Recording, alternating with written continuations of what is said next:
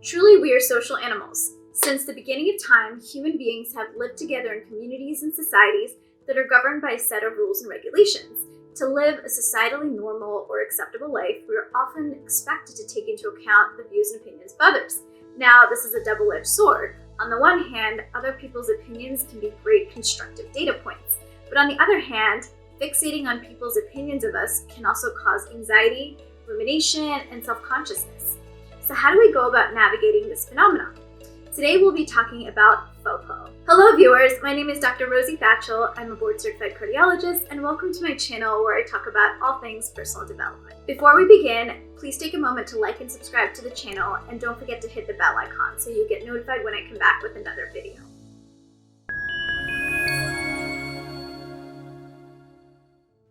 So what is FOPO? You may be familiar with the common term FOMO, or the fear of missing out. The similar sounding FOPO is also another social phenomenon, though unrelated to FOMO. FOPO stands for fear of people's opinions. A person with FOPO has a deep fear of social disapproval. Naturally, they try to avoid disapproval by doing their best to conform to people's opinions. In some ways, we probably all have varying degrees of FOPO, since it's sort of embedded in society and how we are socialized. The term FOPO was originally coined by psychologist Michael Gervais, who noticed that stress-inducing FOPO can be a significant barrier in people's professional and personal lives, causing them to avoid going after their goals and taking calculated risks. It's often irrational and unproductive and hard to avoid. For example, have you ever hesitated to raise your hand in a large room to either ask a question or offer your opinion? That's FOPO in action. The fear that you'll look stupid or silly or that others will judge.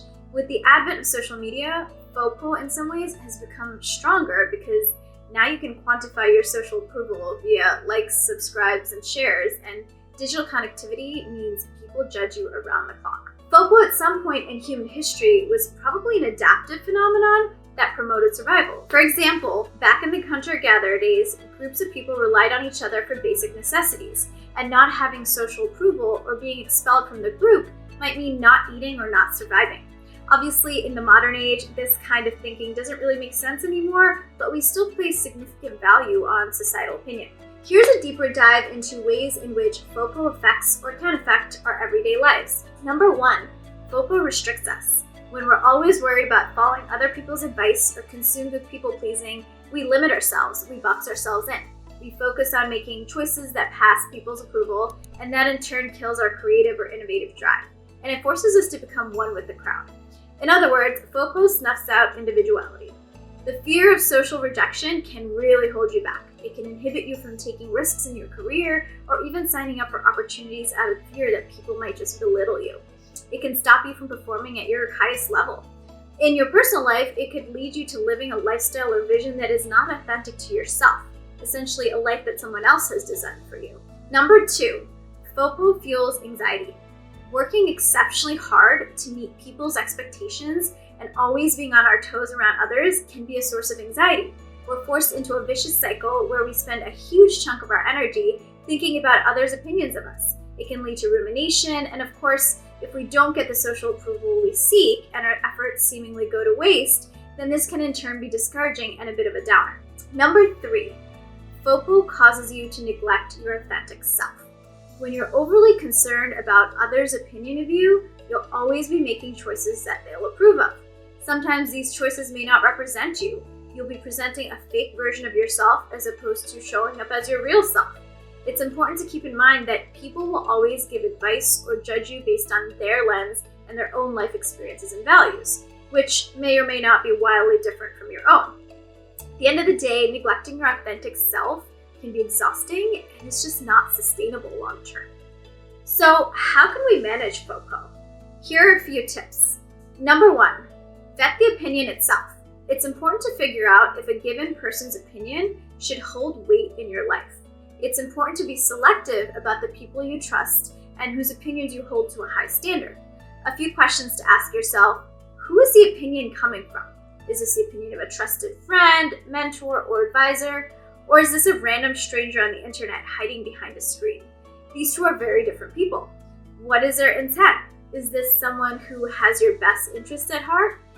and knows your core values, or are they just giving unsolicited commentary without really knowing you? Is this person offering an opinion only, or are they offering feedback? The latter can be very useful to you with respect to growing and improving, but oftentimes people are just making non-constructive snap judgments. Also watch the delivery and the tone of the opinion. People who are providing feedback are often very constructive in their approach and will offer solutions and ideas. If people are offering you opinions in a negative or destructive manner, it's often just better not to engage because this doesn't serve you.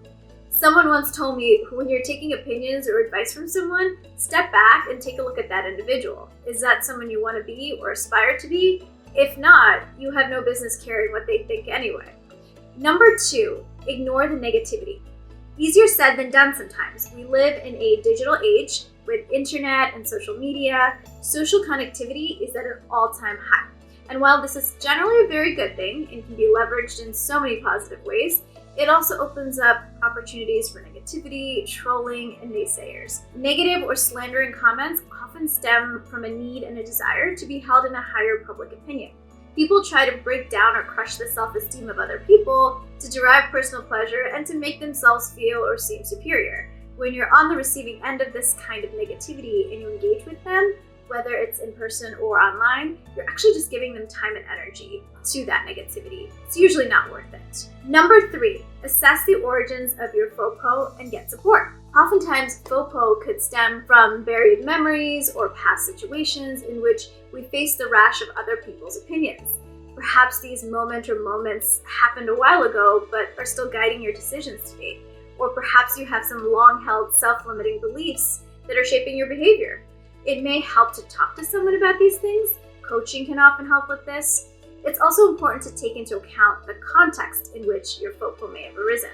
For example, I can say from personal experience, having grown up in an Indian and Indian American culture, what will people think is a cultural fixture that you'll hear over and over. What will the extended family think? What will people think if you don't have a stable job or not married by a certain age? What will your distant aunt 3 times removed think? What will people overseas think? It's really important to be aware of the cultural and social factors that may have influenced the development of your FOPO. This can give you great insight.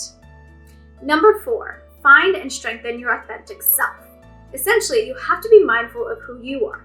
You have to be firm in your sense of self, your interests, passions, and core values. People will always offer their opinions, which can oftentimes be unsolicited and very judgmental.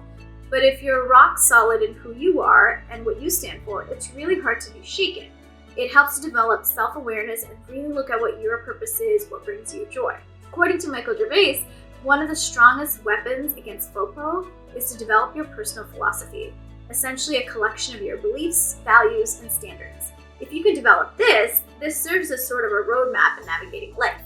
The way I see it, if you don't have your own philosophy, you'll capitulate to someone else's. Number 5, trust your own gut. It's okay to selectively assimilate other people's opinions or feedback into a decision-making process. But at the end of the day, you have to trust your own gut. Self-trust is paramount.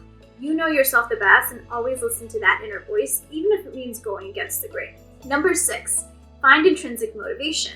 If you're truly passionate about something and intrinsically motivated to do it, it becomes easier to not care what people think. When your measure of success is not societal approval, but impact, personal fulfillment, education, or personal growth, it's so much easier to not care what people think.